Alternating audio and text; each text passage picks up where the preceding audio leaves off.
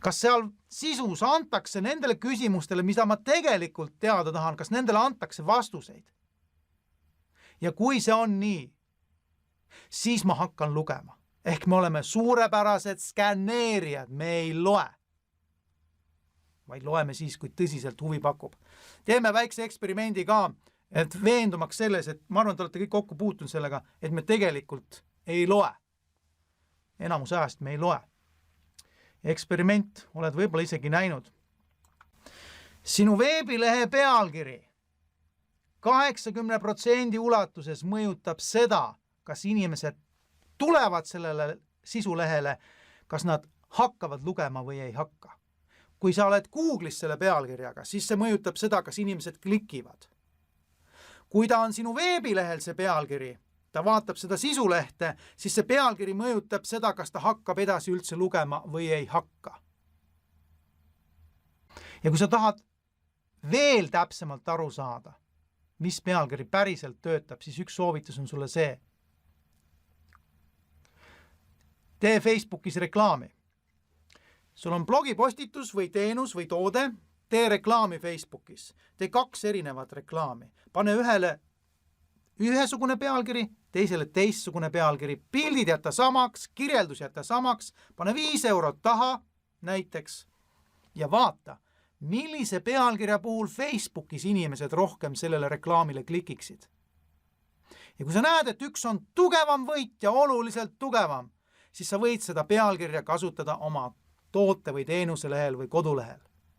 Nii sa saad statistiliselt sellist usaldusväärsust veel juurde ja kinnitust, et see pealkiri tõesti töötab paremini kui teine. Et sinu nii-öelda süsteem saaks hakata tööle, on sul vaja sellist väga selget tegevusplaani oma sisu tootmise osas. Muide, see ei pea olema ilmtingimata ainult sinu blogi kohta, see võib vabalt olla ka sinu sotsiaalmeedia kohta, kui sa seda seal teed ja kui sa tunned seal ennast paremini. Aga nüüd millest kirjutada? Nii et, kuidas tüüpi pealkirjad, kuidas tüüpi artiklid töötavad? Analüüsid ja testid ka töötavad. Ja nüüd vaadake hoolikalt, millist infot, milliseid objekte meie silm haarab veebis.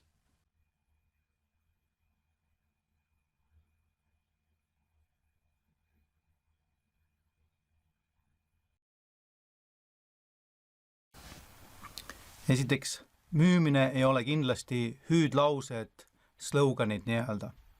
Müümine on vastused kliendi peas tekkivatele küsimustele, argumenteeritud vastused ja ka emotsionaalsed vastused,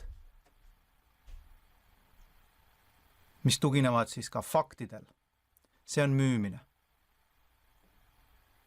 Ja esimene asi, kui inimene tuleb sinu kallima teenuse või toote lehele, siis sinu ülesanne on alguses kohe esimese kas siis pealkirja või esimese lõiguga kommunikeerida talle seda valu, mida ta tunneb seoses sinu toote või teenusega, miks ta võiks seda vajada.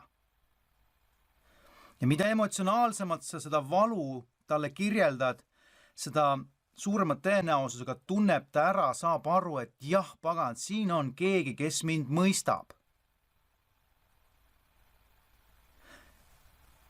Ja me ei saa sellest rääkida sokibaari müümisel. Absoluutselt mitte. Seal ei saa ju eriti mingit valu olla, on nii. Aga kui sul on ikka kallim toode või teenus, siis tuleb alustada just selle probleemse kohaga. Ja jah, võib-olla see probleem ei olegi nii oluline, aga just see valu, mis tal võib tekkida või mis tal on nii-öelda. No ma toon ühe näite sellest, et meil on üks selline teenuse sisuleht, kus me pakume veebilehe haldamise teenust. See tähendab seda, et sa ei pea ise tegelema seal sisu panemisega, selle uuendamisega, ühesõnaga kõiki selle tehnilise poolega, et me justkui teeme seda sinu eest. Ja? Aga ma alustan seda umbes selliselt, et kas sinu senine teenusepakkuja ei viitsi enam sinuga tegeleda? Kas pead ootama iga kord tema taga, millal ta ükskord võtab sind jutule. Või on ta läinud ära parematele marjamaadele ja sina oled jäänud oma tehniliste küsimustega üksipäini. Ehk siis ma alustan selle kliendi võimalike probleemidega, selle tunde kirjeldamisega, mis tal on. Nüüd need, kellel on e-pood või õigemini see konkreetne toode, siis teie laadige siit alla see e-poe kirjeldus omale, jah? Aga kui sul on teenuseleht, näiteks Kätlin tuleb mingisugune üks konkreetne teenus, siis võta siit see küsimused põhjalikuma müügikirja koostamiseks. Ja võtke nüüd laadige sealt omale sobiv alla. See võid mõlemad loomulikult pärast hiljem alla laadida, aga võta praegu see, millega tööd tegema hakkame. Ja ma annan selleks tõesti aega kuskil 5-7 minutit praegust, et pane lihtsalt faktid kirja. Et esimese sammuna paneme kirja faktid. Räägi, kellele see toode mõeldud on? Mis toode on ja kellele see mõeldud on? Tegemist on kandekorviga ja mis on siis